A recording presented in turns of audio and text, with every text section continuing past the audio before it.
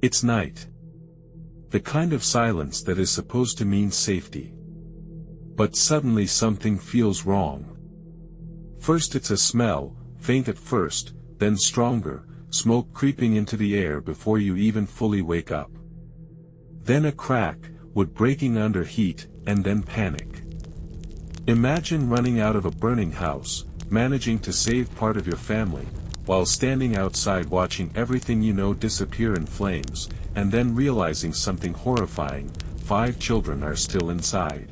But even that is not the worst part, because later, when the fire is finally gone, there is nothing left of them, no bodies, no bones, no trace that they were ever there.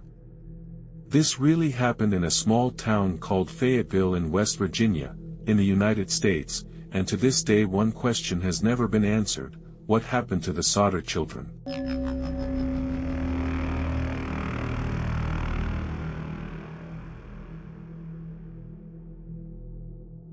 The Sodder family lived in a wooden house slightly elevated above the ground, with a wide porch and warm lights glowing in the windows. Inside it was never quiet, children running, laughing, arguing, life everywhere.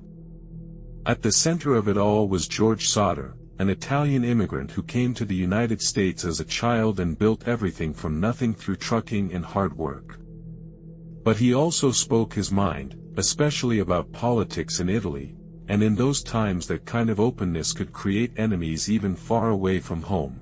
The house looked normal, safe, ordinary, but later people would wonder if it ever really was that ordinary.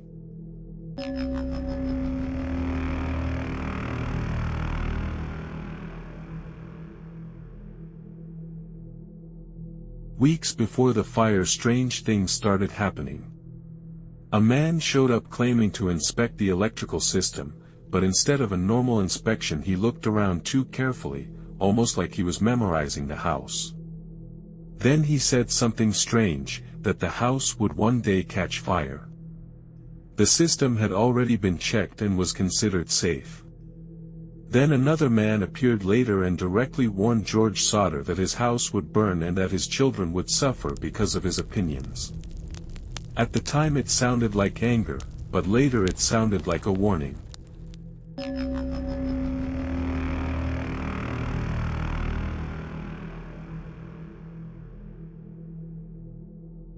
It was December 24th, Christmas. The house was full of life, wrapping paper on the floor, children laughing, running, playing. Some children eventually went to bed, but 5 stayed awake longer, asking for just a little more time.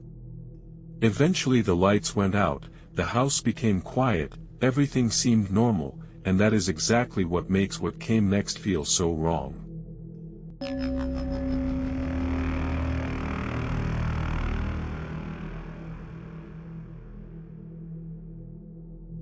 Around 12:30 at night the phone rang, sharp, sudden, out of place.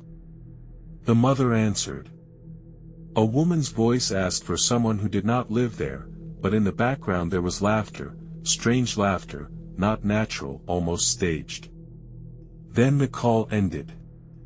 At the time it seemed meaningless, but later it became one of the most disturbing details of the entire case.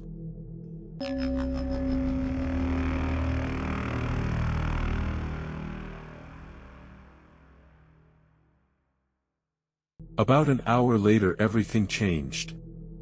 The smell of smoke became stronger, the air thick and heavy, fire spreading faster than anyone could react. Panic started instantly. The parents rushed to save the children. They managed to get 5 out, but 5 were still upstairs, trapped. The father ran outside trying to find a way back in, but the ladder that always stood near the house was gone. He ran to the trucks, tried to start them, nothing, no engine, no sound, no response. The fire grew stronger, and at some point there was simply no way back.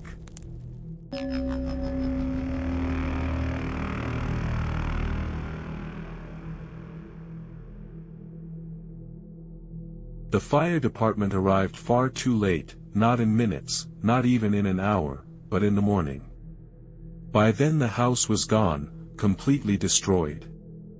Later investigators discovered something even more disturbing. The phone line had been cut, not burned, cut, meaning help was never truly possible that night.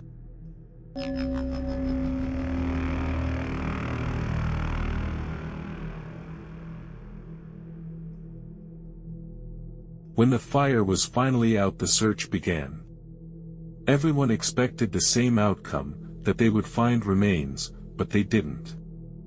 No bones, no bodies, no traces that the children had ever been inside that house during the fire.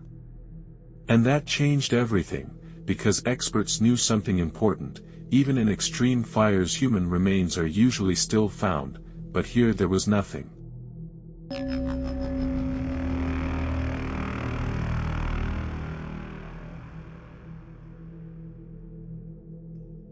As time passed, more details surfaced. Witnesses reported seeing strangers near the house before the fire. Some claimed the children were seen after the fire. Others said they saw a car leaving the area that night, possibly with children inside. There were also claims that something may have been thrown onto the roof, possibly an ignition source. Individually, none of this proved anything, but together it created a pattern that did not match the official explanation.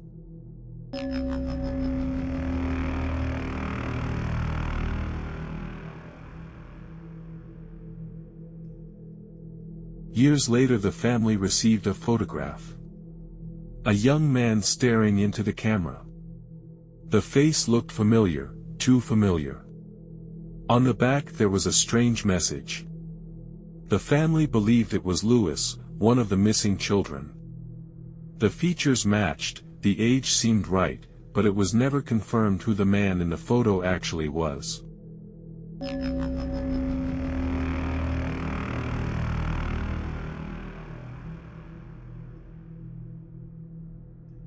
There are several possible explanations. One is that the children died in the fire, but that doesn't explain the missing remains. Another is that the fire was a cover for a kidnapping, which would explain the cut phone line, the missing bodies, and the strange events before the fire. And then there is the idea of revenge, because George Sodder had enemies and strong opinions, and maybe someone decided to turn that into punishment, but none of these theories fully explain everything.